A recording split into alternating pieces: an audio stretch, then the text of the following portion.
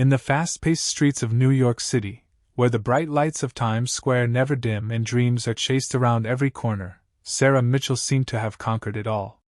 At 42, she was the sharp, no-nonsense CEO of a thriving software company. She closed million-dollar deals before most people finished their morning coffee, flew on private jets to conferences, and returned each night to a sleek penthouse overlooking Central Park. Her life looked like the American dream on steroids. Designer suits, power lunches, and a calendar so packed it left no room for anything real. But in one terrible moment on a rainy night along the FDR Drive, everything changed. A distracted driver swerved across the median. The crash killed her husband instantly and left Sarah with a broken spine that put her in a wheelchair. When she woke up in the hospital, the doctors said she might walk again one day with hard work, but the deeper wound was invisible. Her company quietly replaced her. Medical bills swallowed her savings. Friends who once toasted her success sent flowers at first, then polite texts that faded to silence. The penthouse sold to cover debts, and Sarah ended up in a small, dimly lit apartment in Queens, staring at the walls as her will to live slowly drained away. "Why keep fighting?" she whispered to the empty room. The powerful woman who once commanded boardrooms now felt invisible, broken, and utterly alone. If this story has you leaning in, wondering how someone who lost everything could ever find her way back, you're in the right place. Hit that subscribe button right now, give this video a like if it's already touching your heart, and drop a comment below sharing a time when kindness changed your life. It helps our channel reach more people who need these uplifting stories. Now let's step into the heart of what happened next. It was a crisp October afternoon, the kind of fall day New Yorkers love, golden leaves crunching underfoot, the smell of roasted chestnuts drifting from street carts, and a cool breeze coming off the East River. Sarah decided she needed milk and bread, so she wheeled herself down the cracked sidewalk toward the corner store. Her arms ached from pushing the chair.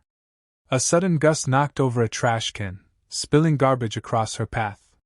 Litter tumbled everywhere, and Sarah felt hot tears burn her eyes.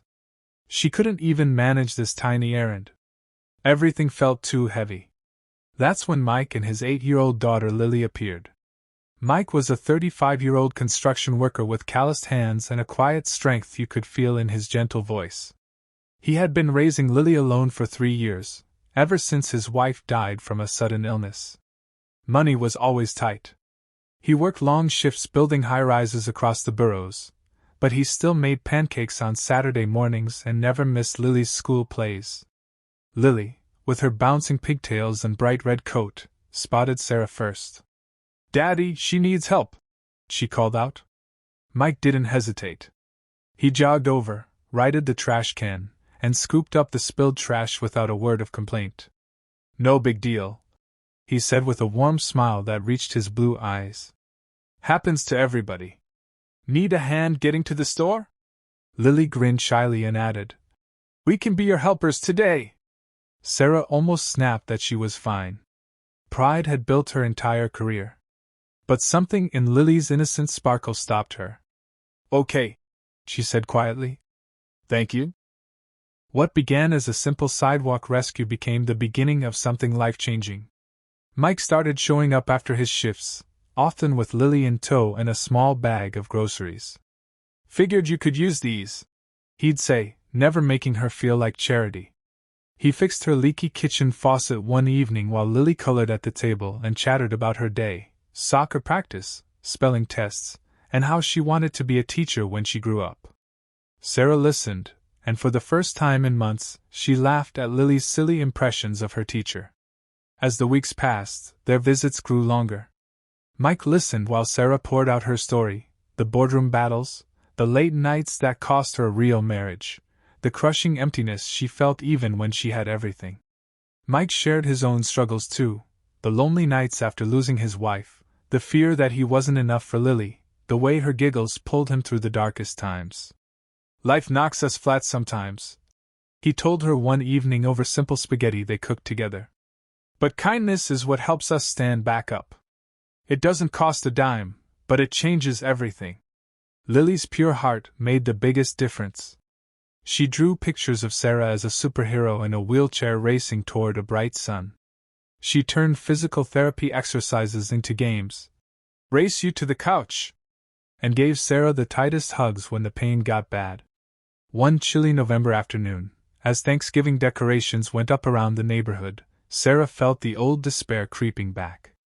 Mike invited her over for a simple holiday meal in their cozy apartment. Nothing fancy, just roasted chicken, mashed potatoes, and Lily's handmade construction paper turkey centerpiece. They watched old holiday movies, laughed until their sides hurt, and talked about what they were grateful for. For the first time since the crash, Sarah felt like she belonged somewhere. Winter settled over the city with snow that turned the sidewalks into a challenge. Sarah's therapy sessions were grueling. Some days she wanted to quit. One gray January morning, staring at another pile of medical bills, she broke down on the phone with Mike. An hour later he was at her door with Lily and a thermos of hot cocoa. He knelt beside her wheelchair, took her hands in his strong ones, and said, "You survived that crash. You've already done the hardest part. Now let us help lift you the rest of the way." Lily wrapped her arms around Sarah and whispered, "We love you. You're part of our family now." That moment cracked the last wall around Sarah's heart. Inspired by their steady kindness, she reached back into her old CEO toolkit. Using what little savings she had left and a small loan Mike helped her secure through a friend at the bank, Sarah started a small support network for accident survivors. She created an online group where people could share stories, find resources, and feel less alone. She advocated for better wheelchair access at local businesses and mentored young professionals who were struggling. Word spread through neighborhood Facebook groups and local news. The once powerful CEO was now using every skill she had to lift others up, the same way Mike and Lily had lifted her. By the time spring arrived and cherry blossoms filled Central Park, Sarah was walking short distances with a cane. She stood taller, not just physically but in spirit. She helped Mike launch a small handyman business repairing homes for families who couldn't afford big contractors. It gave him more time with Lily and a little breathing room in their budget. Their little trio became a real family. Sunday picnics in the park, helping Lily with homework, and quiet evenings talking about dreams for the future. Sarah's story eventually reached local news stations. Viewers across the country saw the powerful message: kindness doesn't need money or status. It just needs someone willing to show up. In a nation built on the idea that we pull ourselves up by our bootstraps, Mike proved that sometimes the best way to rise is to let someone lend you a hand, and then pay it forward. As the seasons turned once more, Sarah stood on her balcony looking out at the bustling streets below. She thought about the woman she used to be, the one who measured success in dollars and titles, and smiled at the woman she had become. Resilient. Purposeful. Full of gratitude. A single dad with callous hands and a little girl with pigtails had lifted her back to life. Not with grand speeches or big checks, but with groceries, fixed faucets, bedtime stories, and the quiet belief that she was worth saving.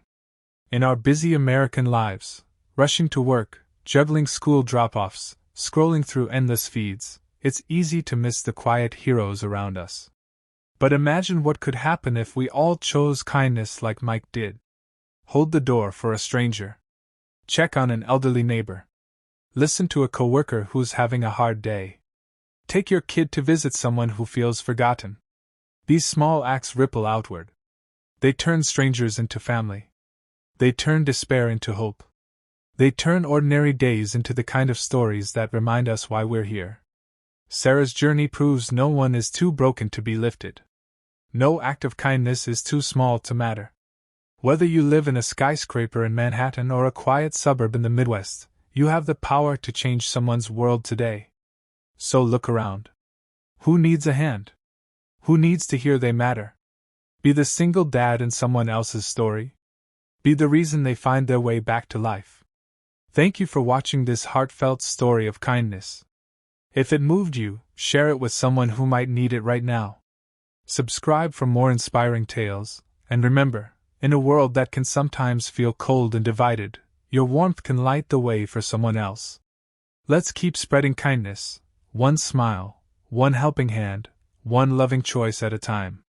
You never know whose life you'll live today,